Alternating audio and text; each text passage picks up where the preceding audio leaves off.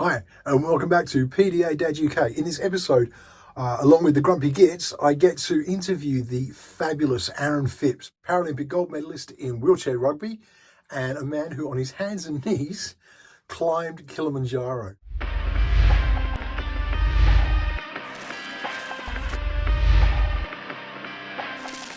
So as I say, welcome back to PDA Dad UK. Thanks so much for joining me, and especially if you've joined us from the Grumpy Gits and you're looking to see the full interview with Aaron. It's coming up. It's fantastic. Before we go on any further, though, please do hit like, hit subscribe, and ring the bell so that you know when new content's coming up. In the meantime, I will hand over to the interview. I am Adam Pearson, joined live from his place in Spain. He doesn't mention it, but he has one. How are you doing, Simon? Simon often talks about his, properties and 80-inch televisions and the caviar and the butler and the 3 Bentleys and. Well, this is all useful stuff to know. This is good. So, do any of those places have room to take children? And could I borrow them for free? Then I'm your best mate. Yeah, exactly. See, bribery gets you everywhere. Well, ideally when you're not there, but I'll go another time. So let's talk about Aaron Phipps, who actually is a gold medal Olympian, who's come to join us today on the show for an interview. Stop! What? You can't say Olympian. It's a disability. I'm a Paralympian. Paralympian. Already we dropped it. Right, I'll do that again. So let's be serious about this. We've been joined by Aaron Phipps, a gold medal Paralympian. Outtake. And we want to hear his story because you've told it a few times, but this is probably one of the biggest audiences who haven't seen your story. So you're going to have 250,000 people watching this, and we want to know what happened, how you became a rugby star, Kilimanjaro. Aaron, go. Oh, all right, okay, and we're on. Able-bodied up to the age of 15. Right, I'm going to try and do this. We'll try and do it really quickly. Able-bodied up to the age of 15. Contracted meningococcal septicemia or meningitis type C, was rushed into hospital with acute respiratory and renal failure. As a result of that, I became an amputee. I realised this is a great leveler, isn't it? A podcast. You'd never know I'm sat here with prosthetic legs. Try and get them in the camera shot. There's one. Right. I won't get them both up because I reckon I'll fall off the chair. But yeah, I'm a bilateral below knee amputee. So I'm missing both my legs below the knee and most of the tips of my fingers. And I was in hospital for a year. Not the best time to be in hospital when you're 15 years old, but probably the worst and best thing that ever happened to me in one foul swoop. Came out of hospital, wasn't interested in disability sport to start with. I met my wife, Vicky, who I love very much. I've been with her ever since. And she was one who convinced me to go and try disability sport. Went along, gave it a go and kind of fell in love with it. Did some wheelchair racing, did the London Marathon twice. That led me into trying arguably the most bonkers wheelchair sport there is, called wheelchair rugby. Now, that all happened by chance. I met a couple of guys who played wheelchair rugby. They said, come and give it a go. I went, yeah, all right. I then went and Googled wheelchair rugby and watched it on YouTube and watched these videos, people getting smashed out their wheelchair. And for anyone who hasn't seen it, it's bananas. It's the only full contact wheelchair sport. Thought, don't really want to go and do this. Got convinced to go and try it. Went along, gave it a go, got dragged down to a session, and I got smashed out of a wheelchair. And I've never been smashed out of a wheelchair before. But I laid there on the floor, all calm and still, and I went, I want to hit you back. And it brought out a dark side of me that I didn't know I had, Simon. It turns out I absolutely love smashing people out of their wheelchair. So that's how my journey into wheelchair rugby started. And from then on, it was a bit like that moment in Toy Story. Do you know the bit with the green aliens and the grabbing machine? And they go, it's you. Do you know the bit? Right. You are the one that decided to climb into this. The claw. It moves.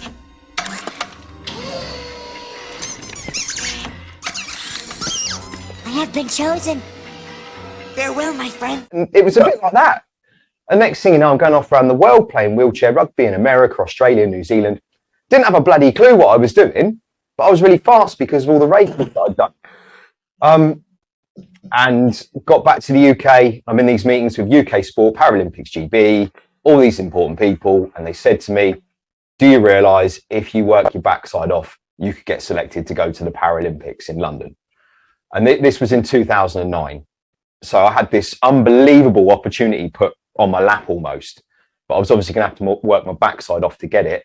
Because, you know, being a Paralympian, I don't have free holiday villas in Spain like you, Simon. You know, I had to work a full-time job as well, like normal people. And the rest of us plebeians that are just the yeah. You know, I'm old school disabled. You know, when you get it like properly and then you don't get a payout.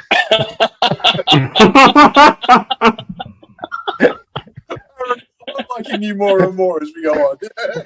Slap on the same. Yeah. You're on the same page as me, you know. You pull up in the disabled base, all these Range Rovers, and you're there in your mobility car. But, you know, it is what it is.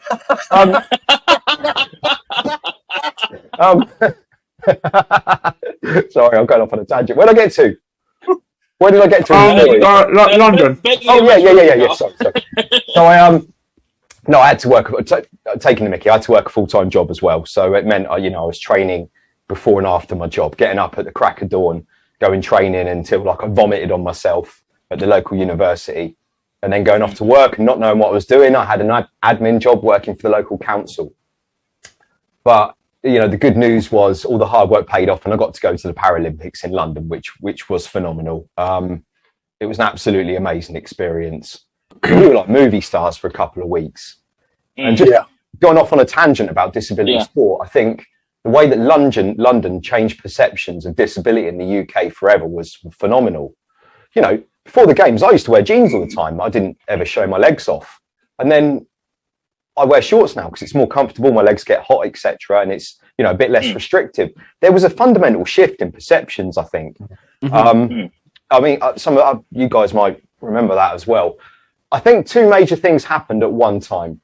The first major thing was we nearly sold out the Paralympics, which gave it huge credibility. That was massive, you know. And the second thing was Channel 4 winning the rights and putting on those amazing programs that they put on, you know, with the adverts with the hip hop music playing in the car crashes. You know, there was a kind of shift in perceptions of disability at that time. Really amazing to be part of. Right, back onto the story.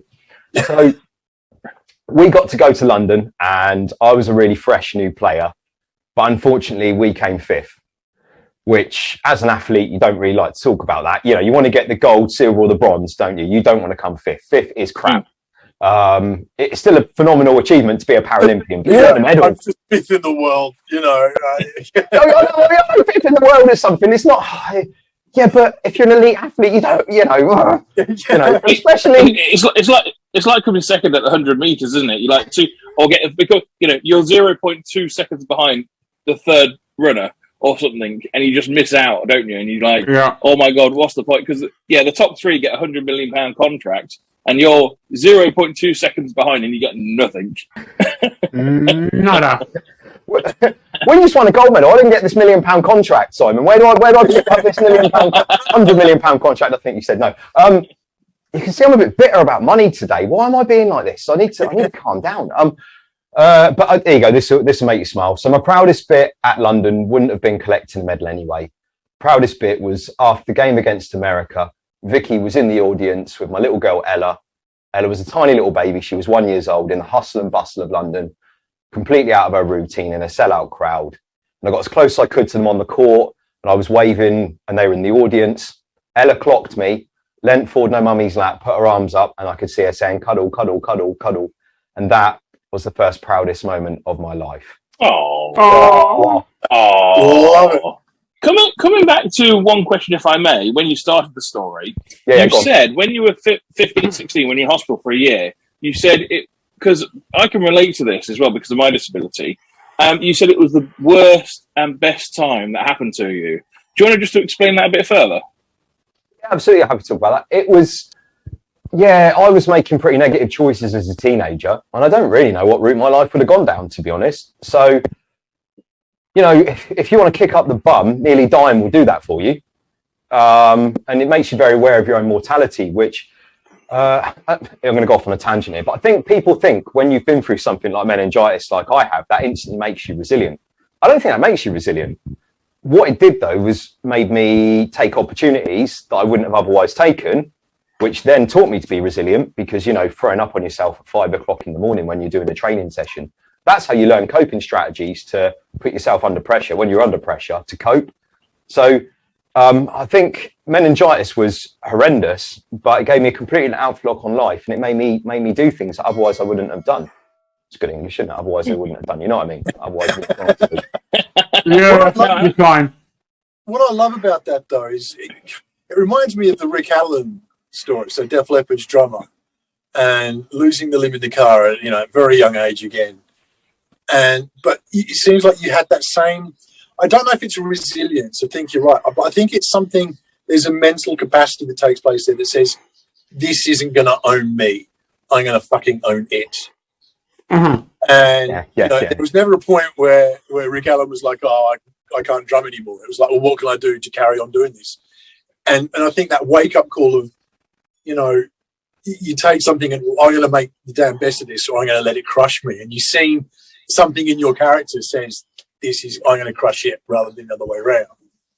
Yeah, I wish I could bottle it, to be honest. And I don't know what that is. I think you're right. There was a moment in hospital when you think, right, this is it. I'm either done or I'm going to fight. And I chose to fight. And it gave me a drive that I never had before. Maybe sort of roll back my shoulders and go, that can't kill me. Nothing can.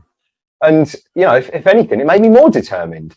So I met a lot of people on my journey as well who go the other way, and they really, really struggle. What is it? What is that point, that moment when you go, actually, I'm going to beat this, or actually, no, I'm done? There's something, isn't there?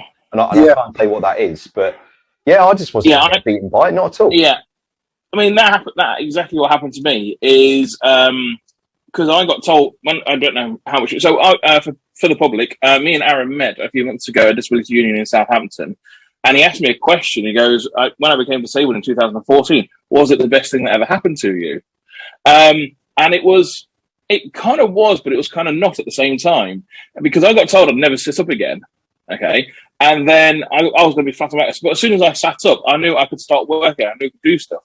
And it took me months to get to a point where I could actually sit up for a few hours at a time. And I could start writing and typing. And obviously where I am today. And my injury gave me a direction to where I was going. So beforehand, I was working for Leicester City Council and in social services, and I probably would still be there today. But this has given me a whole new direction of life and a more of a drive than I ever thought possible. You laid down then? Is that what you laid down, Simon? Is that for people who are listening? Yeah. Are you just lazy, or is that why you laid down? Yeah, that's why I laid down. Absolutely. Yeah. I got a lot of rest. You're the sun lounger. Well, it's that old adage, isn't it, that life is 10% what happens to you and 90% how you then choose to handle it. Yes. And I think it's easy to, and I know we're all kind of hypothecating with the benefit of hindsight and disabled people who manage to kind of catch a break or as my mother would say, get on with it.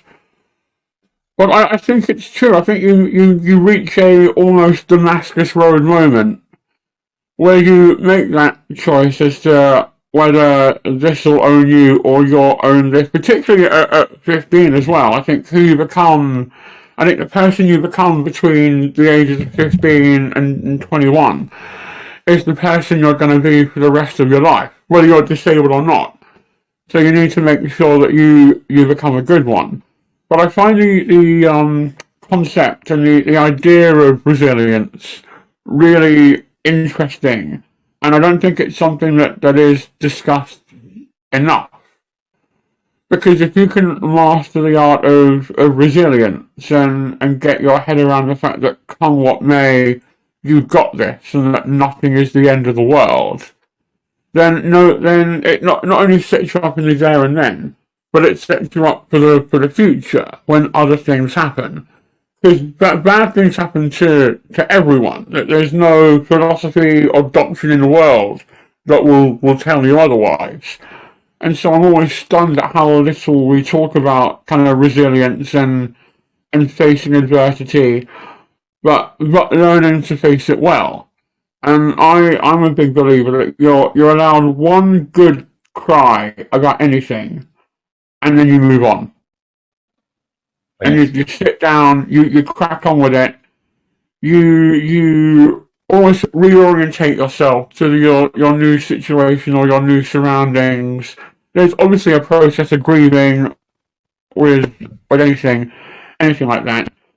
and then you, as you've done, Aaron, make an active decision to kick this thing's ass and smash it out its wheelchair. Very good comment. I think a bit of practical advice for people as well. I would say, if you're out there and you're thinking, "Oh my gosh, I'm not coping very well. Something catastrophic has happened to me. I don't know where to go." Like, join a group or get in touch with people who've been through something similar. The internet's so amazing for doing that now. But you know, I didn't want to try disability sport to start with. It was actually Vicky, my wife, who convinced me to go and give it a go. And when I got into that situation with people who've been through similar circumstances and have coping strategies, like you spoke about, Adam, you know, you realise you're not the only one, and I think that's really important. I think, especially as guys, we tend not to do that too much. You know, we're like, "Oh no, I'll be all right. I don't know anyone disabled. I'll be fine." But actually, get along and chat to somebody else who's been through something, and it's like a revelation. Oh my gosh, I'm not the only one. And I think you know, a bit of practical advice. You know, join a group. You know, look, if you've had a specific illness, then look up a charity. They'll probably have days when you can go and meet other people who've been through similar circumstances, etc. Yeah, That's why we started this podcast in a way, was to kind of get alongside each other. I think, and as a man who does team sport, you'll get this. There's allyship and comradeship do a lot of the heavy lifting in those sort of like harder times. Having people around you who get it, because disability is something where you don't get it till you get it. You can read all the books and do all the research in the world, though until you're there at the coalface, until you either have or acquire a disability, it's all sort of like a tad or not completely meaningless, but it doesn't have that same level of understanding, and you don't confuse it as well. So no, I completely agree with that. Aaron, I once heard Wheelchair Rugby described to me as, and I quote, "Gladiators meets Robot Wars." How much truth is there in that? Yeah, I've heard it called Robot Wars a few times. Well, do you know the original name was actually Murderball? And this is a true story. So it was invented in Canada in the 70s. There was some quadriplegics who wanted to play a team sport. The only team sport was wheelchair basketball. Basketball's quite heavy, net was up quite high, and if you're in quad, you've got your neck up really high. So they were struggling to get a team sport that they could partake in. So they invented this sport where you could pass as a volleyball any which way, but you could crash into each other. And they called it Murderball. They then struggled to get corporate sponsorship for a sport named Murderball. They couldn't enter it into the Paralympics called Murderball, so they changed the name to Wheelchair Rugby. That's why it's nothing like rugby, but it's got that name. So yeah, Robot Wars versus, what did you say? Sorry, Adam? Robot Wars meets Gladiators. Robot Wars meet Gladiator. You know what? Yeah, I'll take that. It's like a big spectacle, and we're crashing into each other. Why not? Yeah. I can now see why there'd be a lot of problems in calling a Paralympic sport Murderball. I think Oscar's ruined that for everyone, hasn't he?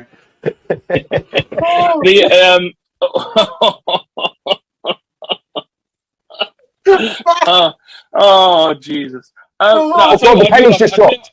The penny's just dropped. Yeah. Oh my gosh. Someone ring the lawyer. yeah. Get the on the phone.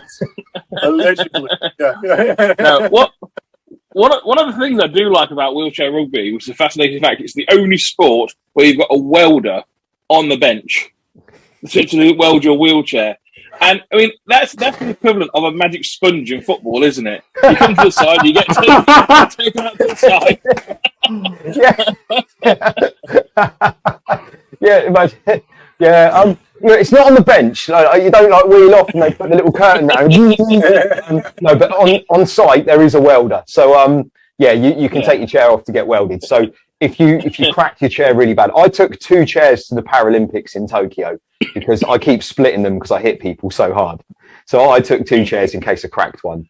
So my sport's made by RMA Sport. They build my sports chair for me, and they built me a separate one so I could take 2. Also looks a bit cool, doesn't it? People say, "Well, have you got 2 chairs?" It's like, yeah, I hit people so hard I crack them. I want to focus on that. You talked about the disappointment of London. What you haven't talked about is Tokyo. No. Well, there's loads more to the story. Yeah, I was just building it up. Duncan, spoilers. No, he's all right. No, you're right. We haven't spoken about it I at all. didn't give anything away. No, it didn't. Yeah, okay, I'll talk about Tokyo. So I competed in London, took a break, climbed Kili, we'll talk about that in a while, and yeah, went back in 2017 playing wheelchair rugby. And the reason I went back in 2017 was I wanted to take my girls to a Paralympics. I thought, how cool would it be? I've got two girls now, Ella and Chloe. They're 8 and 10. How cool would it be if I could take them to a games? Obviously, I'm a competitive athlete and I want to win as well, but I thought that would be pretty epic. Take them to the other side of the world and they can come watch some sport. So I started training again. Everything was going in the right direction. I was training at Southampton Solent University in their sports science department. You know, I'm on a £150,000 treadmill. I've got professors of sports science training me. Everything's going in the right direction. And then COVID happened. Do you remember COVID? I got stuck at home. Yeah, you remember that? Yeah, Simon was all right. He was in his villa. But you know, the rest of us. I was here, actually. I was here for a month. Yeah, it was just bonkers because, you know, so I'm sure everyone's sick of talking about COVID now, but I literally went from having, like the day before lockdown happened, we ran out the university, we threw a Concept 2 rowing machine in the back of my car, and we threw two 40-kilo dumbbells in the back of my car. Rowing machine was great. Dumbbells, I couldn't pick them up. So I normally have a couple of people spotting me because I haven't got the best hands. Got them home and went, well, what the hell am I going to do with these? Realised I couldn't actually do anything with them. I was going to say, how did you grip them? Well, they pass them to me. They pass them to me. So when I do my presses and stuff, I've got two people there like this, so I don't drop it on my head. But I obviously didn't have them, and Vicky couldn't pass them to me. They're too heavy. It was going to be dangerous. What was quite funny in lockdown was I tried to row with the GB Paralympic rowing team. They put out like a message saying any Paralympians want to do some sport with us. So I was like, yeah, I'll do that. So, yeah, long story short, I threw up in the front garden trying to keep up with them. A lot of your stories seem to come back to you vomiting in some way. Yeah, that's all right. All the good ones do as well that involve alcohol, but maybe not for today. Yeah, I tried to keep up with the GB rowing team. Turns out that's quite a big ask. But, you know, the games were postponed a year. Surprise. The games were postponed a year. So we did fly out a year late and no spectators because of COVID, unfortunately. So I couldn't take my girls and I was gutted. But they were watching at home and there was going to be these parties in my house that were going to get grander and grander as the week went on, I think. So we flew out the 17th of August. First game, 25th of August against Canada. Beat Canada. Woo! Second game was against New Zealand, beat New Zealand. Woo. Next game, last group game was against America. America beat us, which meant we had the tougher semi-final against Japan. Now, this was going to be tougher. Japan were the current world champions. It was a home games and we hadn't beaten them in 8 years. So I remember managing expectations at home. I was ringing up Vicky and saying, look, there's a chance we're not going to win this. This is going to be a really tough game. And we went into the game and it just started to go our way. And I remember thinking, oh my gosh, you know, I was marking this player called Ikazaki Daisuke. I've blocked him and he's called a timeout. This doesn't happen. And I remember just thinking, we could do this. Felt like I had fireworks going off at the back of my head, screaming, if you win this, you're guaranteed a silver medal. I was having to suppress all those feelings. But we beat Japan. And not only did we beat them, we smashed them. We were up by 10 points at one point. It went back down to 7 points because we started showing off in the last quarter. There was a bit where there was a minute left. And my teammate Jim looked up at the clock. And he obviously had been concentrating. He hadn't looked at the time for a while. And they weren't ever going to pull back a 7-point lead in a minute. And he looked at the clock and he made this noise like a kid at Christmas. He went, like, Jim, don't worry about that. Focus on what you're doing. We've got to finish the game. We've got to finish the game. So we finished that. Now we're into like fairy tale stuff. You know, no European team has ever won a medal in the wheelchair rugby. We're 5th in the world, you know, and we're now in the final of the Paralympics. If we lose the final, silver medal, win the final, gold medal. And we played America in the final. It was on the 30th of August on Channel 4. Over 1 million people tuned in to watch that final at 10 o'clock in the morning. And it was one of those games where we went up by a point, they went up by a point, we went up by a point, they went up by a point. But we pulled away in the last quarter and we did it. We actually did it. We went all the way and got the gold medal, which was absolutely phenomenal. I still don't know what to say about it. We've never won anything before. Yeah. So are you going to carry on for the next Olympics as well in wheelchair rugby? You've done it again. It's Paralympics, Simon. Oh shit! Normally, I wouldn't pull you up on that. Normally, I'd let it go, but it's a disability podcast, and you keep calling it the Olympics. The Paralympics, Simon. I'll ask that question again. So no, we're leaving it in. We're leaving it in. It rolls off the tongue. It's easy. No, I'm taking Mickey. Go on. So are you going to carry on with the Paralympics in wheelchair rugby? Yes, I'd like to take my girls to a games. So I'm going to continue to Paris. I'm 38, so I hope my shoulders hold out. I hope my body holds out. You know, it's a full contact sport. You never know what's going to happen. Look, I'll touch wood. Hopefully it'll be okay. But yeah, I think I'm going to have one more crack of the whip. I don't know. I'm not going to say that we're going to go on and smash it and get another gold medal or anything. You know, it's a volatile sport. You can't control everything. It's not like if you run and if you're not poorly and you don't slip up, everything's in your control. You know, in our sport, you could burst a tyre crossing the goal line and not score. You know, there's only so much you can do. We'll do my best and see what happens. You said when you first got smashed out your wheelchair, you were lying there thinking, I want to hit you back. Do you keep like a list of people that are like hit you out your chair who you need to give like a receipt to? And is there anyone on that list who you're gonna fuck up at Paris?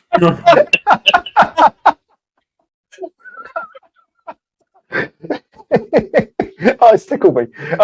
We don't got to hurt each other. I mean, it's just part of the game. And look, okay, here's the thing with wheelchair rugby is it's very much like able-bodied rugby in that we kick the crap out of each other, but we all get on outside of the sport. So in the heat of a moment, we're all trying to mash each other up. But, you know, even after we won the medal, Japan were coming and congratulating us, you know, after the game, after their loss. America were doing the same, and that must have really stung. But that's the sort of sport it was. So I'm not going to say anyone in wheelchair rugby that I want to mess up, but you know, if we get you get Adam Hill in a chair, I'll ruin his day. You know, you get in a chair, Adam Pearson, I'll ruin your day. If there's anybody else, I'll tell you what we could do is we could set this up. So you could, there's people you don't particularly like, we'll say, oh, come along and try wheelchair rugby. Put them in front of me, and I will legally smash them out their chair. No problem. I tell you what I would love to see. I tell you what I would love to see, and I'd love to be able to set this up, is able-bodied Olympians versus Paralympian real wheelchair rugby players having a game together and see who wins, because I think that would be amazing. I've got to stop you. There. It's never as good as you expect. The problem is, all the able-bodied people jump in a wheelchair and they think they're going to be amazing, but they push around so slowly. They're like, oh, I'm pushing a wheelchair. Then they crash into someone and go, dunk. And they go, oh, and you're like, oh, bless you. I reckon doing your best. I reckon that I done really badly, Simon. I reckon Aaron would do some real damage. I reckon we have a few more Paralympians at the end of that game than we did at the start. How hard they hit each other. That's we could get Boris Johnson to do it. I mean, once upon a time, he has had a go before. He has had a go. I wasn't involved in that match. That was a demo match when he was mayor of London, I think, in before London Paralympics. Yeah, he did have a go in it. So we've had him in the chair before. There's probably some better people we could get in a chair. Well, I mean, let's do it. Let's ruin their day. See what happens. As a professional athlete, I train in 5 to 8 times a week, every week, to be as strong as I can. We'll just put someone in a chair and I'll line them up. It's a bit like trying to have a race with like Lewis Hamilton or something, isn't it? It's not going to go well. There we go. It's like chalkboard jump, isn't it? You go, let's all go speed jumping and break our spine. I mean, it's not going to work, is it? I mean, you've got no proper training.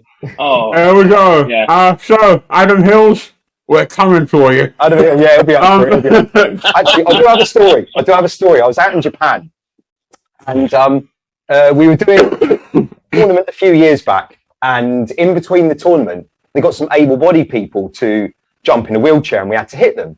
So I was going about, I don't know, 30, maybe even 40% maximum, going into these people and hitting them, and everyone would cheer and go, oh, yeah, exciting. And then Ikazaki from the Japanese team jumped in a chair, and he was like taking a loop of the court, coming around full pace and smashing into people. And I was like, oh, okay, maybe I'll try that then. Why not? Hey, he's doing it. I'll give that a go. And there was a lady he worked with. I think she worked for one of the companies. She was one of the big sponsors of the tournament. They put her in a chair, and he was like really hard. So I was like, all right, no worries. So I did like a full loop. I went in full pout and hit her, and she did the worst thing you could possibly do when getting hit, which was to lean forwards. So she came down and smashed her face on my wheelchair, split her whole chin open, and had to go and get some stitches. I felt quite bad, to be honest with you. He thought it was hilarious. But the good thing was she came back for the final a few days later, covered in stitches and like cheering me. And I was like, oh, okay, play you back. I don't know what the moral of this story was. I don't think there is one. Some stories just don't have a moral. Like you see a sponsor, you hit a sponsor, and we all move on, right? So before this story, you said in a remarkably casual way, oh yeah, climb Kili, and yeah, Kilimanjaro. I look at a photo of Kilimanjaro and I get tired. So how was it climbing Kilimanjaro? So in 2016, it started as a charity challenge. I've raised lots of money for the Meningitis Foundation over the years. And when Mike from the charity turned up at my house and sort of said, we send thousands of university students up Kilimanjaro, do you fancy it? I went, all right, yeah. Agreed to it. He then left. I then had to Google Kilimanjaro because I didn't actually know what it was. I mean, I had a bit of an idea, but I wasn't completely sure. So, and if you Google it, first picture you see, it's like higher than the clouds. It's like, oh, brilliant, I've agreed to climb this. So I need to explain. So I've got prosthetic legs, but I've got bad scars on my legs. So if I wear them too much, they get caught. So I have to do things in the wheelchair. So we set this goal to become the first person in the world to get to the top of Kili in a chair, but without any assistance, which seemed like a good idea when we set that goal. I got myself a No, it didn't. Under no circumstances does that sound like a good idea. Well, Have you seen the pictures of it? You just said it's higher than the clouds. What makes you think going up I have trouble going to Tesco in a wheelchair, let alone going up fucking Kilimanjaro. And I bet I know why you have trouble getting there. All the disabled bays are always full, aren't they? I never see anyone else in a wheelchair. Where do all these people come from? Yeah, you make a fair point. I wasn't up for getting carried, and that's how it started, really. I'm a bit weird. It's in my head. I don't know why. I had these ideas, and the plan was to get to the top without any assistance, which seemed like a good idea. Got myself a specially adapted wheelchair called a mountain trike. Went out in the New Forest near where I live, found the biggest hill I could, went up and down it about 3,000 times. Yeah, because that's the same fucking thing. Yeah. Yeah. Oh, God, I've lost this much for ages. You guys are... Yeah, let's go down a track supported by the National Trust. Yeah, that's the same. I'm just wondering what the parking facilities were like on Kilimanjaro. Yeah, no, they didn't have any. There's no disabled bays there. No, Yeah, that would have been the fucking ultimate incident. You get to the top and there's a disabled bay. You're like, fucking hell. You wallies, right. Hold on, I've got to stop laughing. Face it, smiling, wait. Did you get to the first camp and there was a bloke there waiting to give you a ticket for the blue badge? You didn't have it on you? Yeah, that's it. On me. Oh, what are you doing here? But stop it. I'm trying to tell the story. Right. When I get to, all right. So we've raised £20,000 for charity, and we flew out to Tanzania. Oh, if any of you get the opportunity to go to Africa, you've got to go. Amazing place. We set off on day one in the chair at midday. It was meant to take between 2 and 3 hours to get to the first camp. Didn't take between 2 and 3 hours. 6.5 hours. So we camped overnight, set off on day 2. But I should explain. It takes most able-bodied people about 6 days to get to the top. You zigzag your way up and you camp on the way up. Day 2 was meant to take between 4 and 5 hours. Didn't, took 10.5 hours. Next day, didn't really come as any surprise. Joshua, the head guy, came over to speak to me in the morning and sort of said, what's your goal? I said, well, it's to get to the top. He said, good, but you're not going to make it in the chair. It's moving too slowly. We're going to have to carry you. So I swore a lot, said that's not happening. even by my standards, I can't tell you what I said. I went on a mad one. Said, under no circumstances are you carrying me. I had some knee pads with me. I didn't even take my legs. They would have just got in the way. I've got bad scars. I couldn't have walked. I took my knee pads with me. I had a really technical piece of mountaineering equipment called duct tape. So I duct taped my knee pads to my legs, and I crawled on my hands and knees for 4 days to get to the summit. That's Mic drop. astonishing. Yeah. I mean, Why? why? Well, I'll tell you what, you lot have a lot of banter. This is what really happened. This is what I don't normally tell people. I went, if I get carried up this mountain, I'm never going to hear the end of it. There was a little voice at the back of my head saying, people are going to take the piss out of you forever. So I went, I'm not getting carried. So I just duct taped the knee pads to my legs and went for it. I mean, it wasn't that simple. The first day, 9.5 kilometers up the mountain, got into camp that night, went into the tent with Holly, the doctor who was with us looking after me. Like, we took off the knee pads. I'm there crying. She's there crying. You know, my skin was breaking down, but it wasn't horrendous.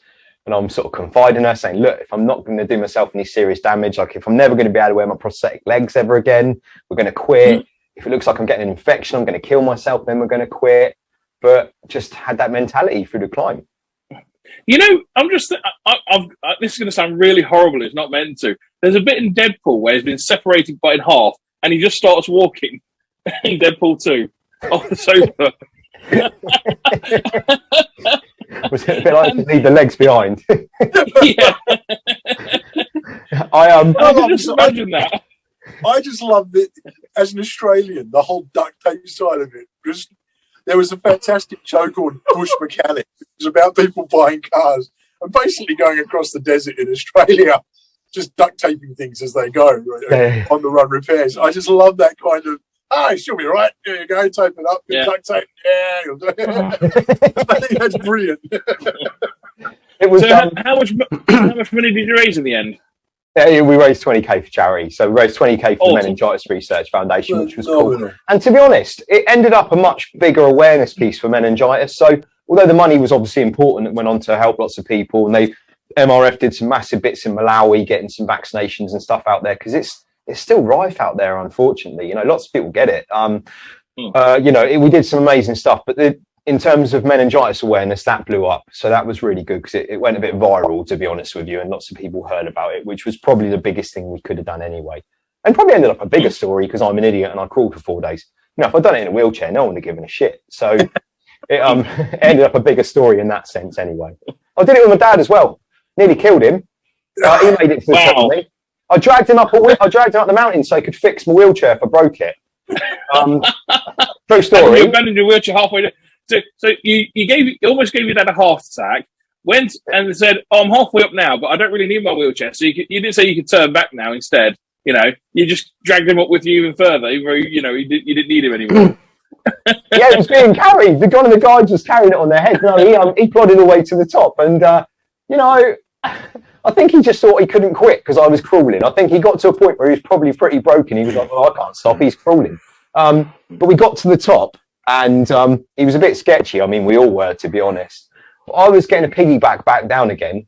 By the way, that was the idea of the climb, was to make it to the summit. Once I got there, that was it. I was being carried. I was going to ask, actually, coming back down, I thought, you know, because it's such a tall mountain, I thought it'd only take like 4 or 5 minutes to actually get back down in your wheelchair. You just go, whee! There was bits like that, to be fair. There was, but yeah, sorry, I was getting carried, and my dad went past over 2 guys' shoulders, like hooked up like this, like between them, like, you know, when a marathon runner collapses. And I was like, "You all right, Dad?" He's like, "Yeah, I'm fine." They just said I needed to get back down quickly, something to do with altitude. "All right, mate, no worries." Got back down. And then, in true dad fashion, I went to him. "What happened?" He went, "Oh, I just went a bit dizzy." I was like, what do you mean you went dizzy? He went, "Oh, I just went a bit dizzy and fell over." I was like, "Hold on, you collapsed?" So yeah, no, I didn't collapse. I just went a bit dizzy and fell over. I'm like, "Yeah, that's probably the definition of collapse." He's like a rhino, my old man, just took it off. You know, my mum still doesn't know about that. She still doesn't know that I nearly killed him. She's probably going to now after the podcast. Hi. Mum and Dad, hope you're okay. Yeah, hi, Mum. Hey, Mum, I'm on TV. Hold on, I do. Yeah, so there was a bit where there was because when you get up above a certain altitude, there's no foliage, there's no plants or anything because they don't grow up there. So there was this huge track. It must have been 200 meters wide, and it went on for about, I don't know, 3/4 of a mile. And I was just carving down in a wheelchair, like left and right, like a snowboarder, but in a chair. That was really cool. The rest of it was so rocky and stuff. It was actually quite difficult to get down. You couldn't really ride it down in the chair. There wasn't any, no paths or anything. I just think that's incredible. What I love is I love the attitude that goes with it. You've just got, maybe that's part of that resilience. It's almost like this, oh yeah, I'll give it a go. All right. It's such a relaxed way of living, but obviously, no one climbs Kilimanjaro to relax, but that whole kind of, okay, I'll give it a shot. It's just a brilliant way to live. If Gary Barlow can do it, anyone can do it. Yeah, Chris Moyles. Can Chris Moyles make it to the top? He did. Is there ever when you're asked to do something, Aaron? Is there ever an element? Because I have this sometimes quite cavalier, some might say childish attitude, where if I get asked to do something that's a bit risky, I go, I'm already pretty disabled. What's the worst that's going to happen here? And then you crack on with it. Yeah, that's I think so. I think disability gives you perspective, doesn't it? Just being serious for a moment. I think it gives you a perspective on life and things, and you're like, kind of, what's the worst that can happen? Other people seem to just live inside this beautiful comfort zone, watch a bit of Netflix, go on Facebook, do bugger all their lives. That's up to them. Can do that if they want, but I'm not up for that, and I don't think any of you guys are either. No, absolutely not. I mean, there was a time when I became disabled myself. It was like, I could sit there for the rest of my life, like you said, doing absolutely nothing, but I can't do that. After playing, Call of Duty for about a year, you just go, I can't do this forever. You learn how to play 20 different card games because you can't really do anything else at that time. And you just think, well, this is really boring. I want to do something. And you can either sit there and do nothing and watch TV and watch Netflix all day, like you said, or you can actually do something with your life and try and make it a positive rather than just sitting back and letting it consume you. Because if you do that, it's only going to take a short time before you got depression, you deteriorate, and so on and so forth. And the amount of people I've seen over the years where they do become disabled and they deteriorate rapidly is horrific. Because, I used to work in social services. So we used to provide packages of care for people with disabilities. And they just gave up. They had no will to live because they saw themselves as a lesser person. Can't do this and I can't do that. I think just pick yourself up, get yourself together and try and crack on and get the help that's needed to try and give yourself a positive quality of life. And I'm hoping that podcasts like this and talking to Aaron gives people the enthusiasm to go and do that. Yeah, I think that's another fair point. And what I think is, if you are happy to kind of embrace it and move with it, I think it gives you a bit of an aura and makes you a little bit different. I think it's lots of people are exactly the same, aren't you? If you're disabled, there's something, there's something that people are interested in you about. And I think if you can look at that as a positive, I'm a massive believer in kind of every cloud's got a silver lining kind of approach. Like you say, you can sit there and be negative about it, or you can try and make the best of what is a bad situation, but then probably turn it into more of a positive situation. But I think it kind of gives you a bit of an aura, doesn't it? It makes you a bit different. It makes people interested to find out about you. I think I'd meet someone with one arm. I go, oh my God, why have you got one arm? It's just curiosity. But then, you sparked a conversation with someone, maybe make a new friend, I love that. I think also there's something happens, I think, with a lot of people when you get disability or crisis in some form thrust into your life. So I'm adjacent in that my family are affected by disability. But I went through a similar thing. You either take it on board and you work with it, but there's also something that happens that says, well, I'm going to give something back. So like you did Kilimanjaro, you also raised awareness and money for the charity that was involved with it as well. There's something that seems to happen innately that people, you become a more giving person and a more, aware of others. You could become very insular very easily, but the opposite seems to happen. That's an interesting point. You know what? I hadn't thought of it like that, but you're right. I did Kilimanjaro because it seemed like a cool challenge, but actually, yeah, we did do that massive awareness piece. And I think that comes with it, don't you? Quite often I'm trying to help other people who have become disabled, or quite often parents of disabled kids are contacting me asking for bits of advice, and just kind of point them in the right direction, help them where you can, can't you? Because once upon a time, you were that 15-year-old who was a little bit lost and needed a bit of support. And I guess that was, links into the point I was making earlier about trying to find a support network. We had that. We're an elite wheelchair rugby team. Some of my teammates were quite isolated during COVID. We were speaking to them and trying to big them up and keep them moving on, and we're like at the top of our game, if you can imagine, and we need that support. Everyone needs that little bit of support. Yeah. Absolutely. Yeah. It's a beautiful thing I see associated with it. And I just see it more and more, which is, good on you, I thought. I got to say, really. Yeah. I'm grumpy like you lot, though. I mean, you're called the grumpy gits. I mean, I am too. People contact me, and I don't really want to speak to them, but I will. I think it's the right thing to do. Yeah. Well, disabled people like to bitch. That's why we're called grumpy. Yeah, we do, yeah. Aaron, it's been an absolute pleasure to speak to you. Again, I also met you at the same time as Simon in Southampton. If people want to learn more about you, how can I do that? Where can people get hold of you? AaronPhipps.com, or it's Aaron Phipps GBWR on most socials. I really appreciate a follow, actually. Some of my teammates got more followers than me, and I like to beat them, to be honest. So that was it. That was the interview. Thanks so much for checking it out. And what an inspiration Aaron is. Absolutely incredible. Please remember to hit like, hit subscribe, and ring the bell so that you know when new content's coming up. I will see you on the next episode, but in the meantime, stay safe.